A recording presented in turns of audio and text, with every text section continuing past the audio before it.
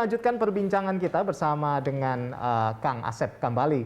Ya, nah Kang Asep, ya ini dalam sejarah Indonesia sebetulnya, apakah pernah perayaan 17 Agustus yang berbeda seperti saat ini, Kang Asep?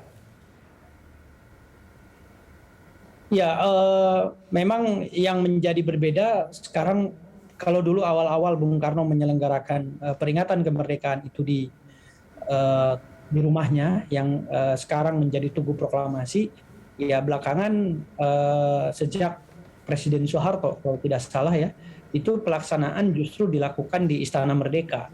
Dan ini yang kemudian menjadi pelik ya, pelik dan membuat saya sangat miris gitu. Banyak anak-anak yang mengatakan bahwa proklamasi itu dikumandangkan di Istana Merdeka, maka namanya Istana Merdeka katanya.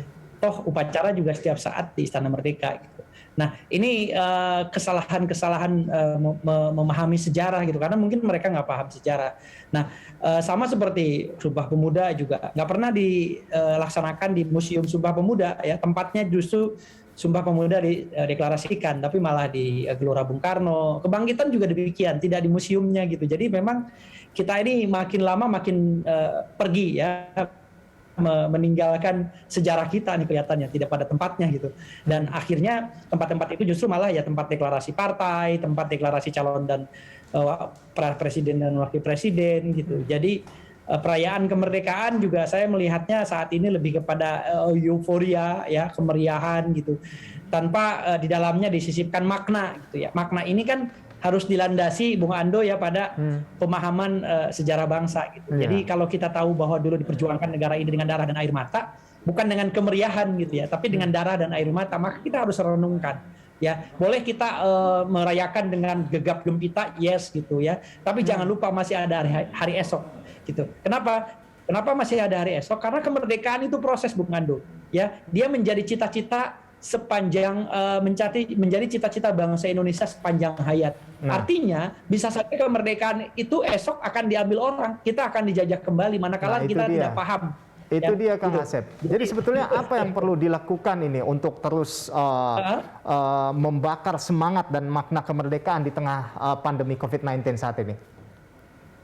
Ya, nah kita perlu melakukan upaya-upaya. Saya kira diskusi kita ini salah satu upayanya ya, penyebar luasan semangat atau spirit nilai-nilai dan makna kemerdekaan itu salah satu upayanya. Tentu saya dari awal memang selalu mengedepankan bahwa mari kita rayakan kemerdekaan dengan cara-cara yang lebih edukatif, lebih bermartabat. Buat saya panjat pinang, balap karung, makan kerupuk itu pembodohan massal. Kenapa? Karena di dalamnya tidak ada upaya kita untuk belajar sejarah. Tidak ada. Kalau habis saya juara panjat pinang tingkat nasional, apakah saya makin kenal pahlawan dan sejarah bangsa? Tidak. Justru di situ tidak ada upaya belajar gitu. Malah di kompleks saya di Margahayu di Bandung patah lehernya gara-gara panjat pinang. Apakah nilainya setara dengan nyawa? Saya kira tidak. Nah, lebih baik rayakan kemerdekaan itu dengan cara kita misalnya lomba mirip pahlawan. Reenactment di Inggris, di Eropa merayakan kemerdekaan itu dengan berbagai pakaian-pakaian para prajurit, para